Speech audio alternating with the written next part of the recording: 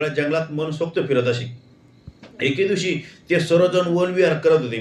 वाटेत जयसिंग नावाचा एक भाट सपत्नीक तिथून जात होता. तर ते काय वनविहार करत असताना त्याला एक जयसिंग नावाचा एक भाट आपल्या पत्नी संग जात होता. त्याने ते गोंडस तेजस्वी बालक पाहिलं व सूर्यासारखा अत्यंत तेजस्वी मुलगा पाहून त्याच्या मनात दया निर्माण झाली की बालक या जंगलात कसं आलं.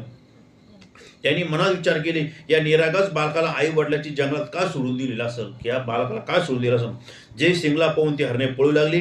ते बालक दूर दूर धावू लागले.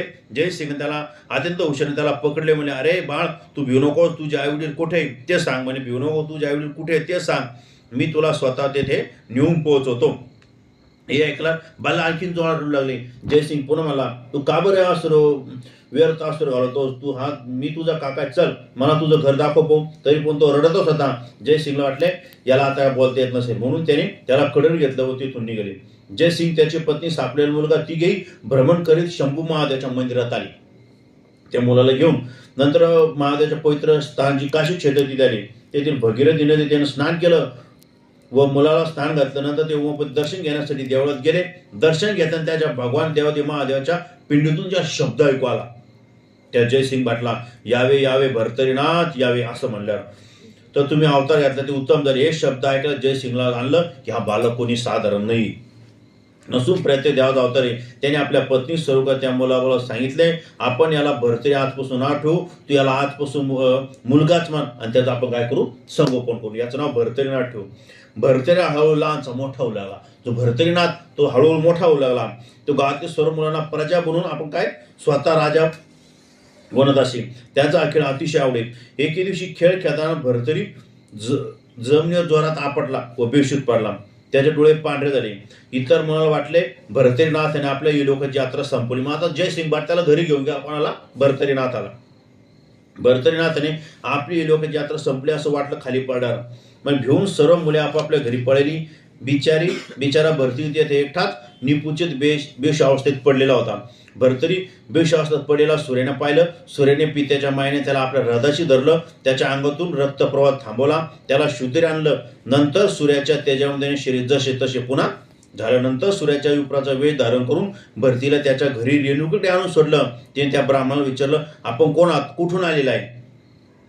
त्या मग सूर्याने आपले सत्यस्वरूप प्रकट केले. सूर्याच्या घरीला तेव्हा तिचा पती जयसिंगला खूप आनंद झाला. त्याने त्या मुलावर फारच प्रेम करले. मग त्या सूर्यानं सांगितलं, ह्यो काही साधारण नाही म्हणे, हा ध्रुमिल नारायणचा अवतार आहे म्हणे.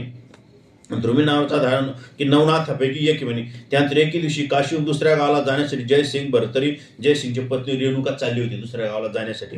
तेव्हा दरोडेखोर त्या दोघांकडे पैसे मागायला लागले. तर कपडे घेऊन त्याला ठार मारले. आपल्या आईवडिलाचे प्रेत पाहून भरती जोरात रडाला. आता त्यांचे जे आईवडिलाला सुद्धा मारून टाकलं चोरानं. भरतरीने आता एकटाच राहिला. त्याचवेळी तेथून काही व्यापारी चालले होते. त्याने भरतरी पाहिलं व सर्क विचारून पाहिलं. त्याने भरतरीची दयारी आणि ते व्यापारी संग मग भरतरीनाथ पुन्हा जायला लागला. त्याने भरतीला आपल्याकडे घेतलं. व्यापारी लोक त्याला कपडलं ते अन्नधान्य देत असे. तोही व्यापारी सर्व काम करायला लागला भरतरीनाथ. तो आपल्या माता पितेचे कायमचे वियोग, मग त्याला आई वडिलाचा सर्व त्याच्यापासून ते जे आई वडील होते त्याचा त्याला काय वियोग झाला. नंतर पहिले हरणीकडे राहिला काही दिवस, नंतर त्यांच्या आई वडिलाकडे राहिला, नंतर आता व्यापाऱ्याला सांगतो राहिला. आपल्या माता पितेचे कायमचे योग दुःख राहिले. त्यानंतर सर्वजण अवंती नगरीमध्ये आले त्याला घेऊन. बोला पुंडलिका वरदारी विठ्ठल श्री ज्ञानदेव तुकाराम पंढरीनाथ भगवान की जय. गोपाल कृष्ण भगवान की जय. माऊली ज्ञानेश्वर महाराज की जय. सद्गुरु रामलाल महाराज की जय. संत गेदाई की जय. भोपळे महाराज की जय. मग माता पित्याच्या वियोगानंतर भरती व्यापाऱ्याबरोबर काय प्रवास करायला लागला. एके दिवशी सर्व व्यापारी अवंती नगरीत आले होते. ते एक दिवस सर्व व्यापारी अवंती नगरीमध्ये आले. तेथे आल्यावर तेथील एका लहानशा गावात रात्री मुक्काम करण्यासाठी थांबले होते. तेव्हा मध्यरात्रीच्या सुमारात तेथे 10-12 कोले आले. 10-12 कोले आले त्या गावामध्ये. तर कोले कुई कुई काय करायला लागले, वरडायला लागले. व्यापाऱ्याला समजले हा कोल्याने काय सांगितले ते समजा. पण जो भरतरीनाथ होता, कारण तो त्याला भाषा कळत होती, कोणाची प्राण्याची भाषा, कारण तो लहानपण जंगलात हरणीचं दूध त्यानं काय पिलेलं होतं. तर त्याला हे कळायला लागलं की कोला, त्याला त्या भरतीला कोल्याची भाषा होते. त्याने ताबडतोब ते आपल्याला कुईकुलीचा अर्थ सांगितला. हे व्यापारी लोक, तुम्ही ते शांतपणे बसू नका, काही वेळामध्ये दरोडेखोर काय येणार आहे म्हणे. कोले सांगडोली दरोडेखोर येणार आहे. त्यामुळं त्याला हाकलून लावण्यासाठी तुम्ही ताबडतोब शास्त्रार्थ घेऊन सज्ज व्हा. दरोडेखोराचा बिमोड करा, आपल्या धनाच्या संपत्तीचं संरक्षण करा. भरतीच्या बोलण्यात त्या व्यापाराला विश्वास ठेवला व चलन हातात काठ्या तलवार घेऊन सूर्य हातात घेऊन उभे राहिले. थोड्या वेळात दरोडेखोर आले, पण या सशक्त व्यापाऱ्याने त्यांना हुसकावून लावले. सर्व व्यापाऱ्याने भरतीच्या चातुर्याची वाह केली व त्याला काय दिलं? बक्षीस दिलं. त्यानंतर काही कोले पुन्हा आले व त्यांनी कुई केली. त्या व्यापाऱ्यानं भरतीला अर्थ विचारला. त्या भरतीने देव शंभू महादेना ज्याला अलौकिक ऊर दिलाय असा एक महाबलाढ्य राक्षस उत्तरेकडून दक्षिणेकडे जाते. मग ते आता काय सांगताय? म्हणजे एक राक्षस काय इकडे येतोय. त्यांच्याकडे अत्यंत अनमोल असे 4 रत्न आहे.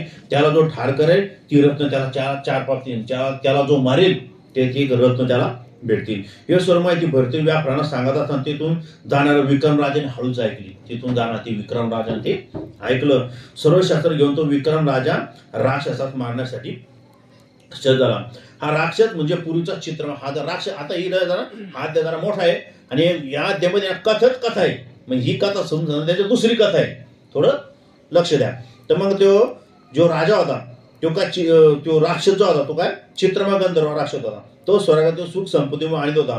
तो भोलेनाथाचा मोठा भक्त. एक दिवशी त्याने मनात आले की चला आपण आपल्या इष्टदेवाचे दर्शन करून यावं, असं त्या वाटलं त्या गंधर्वाला. म्हणून तो कैलासपती भेटण्याची कैलास पर्वतावर गेला. तेथे शंकर पार्वती सोंगट्या खेळत होती. प्रथम त्याने आशुतोष पार्वतीला काय केलं? वंदन केलं.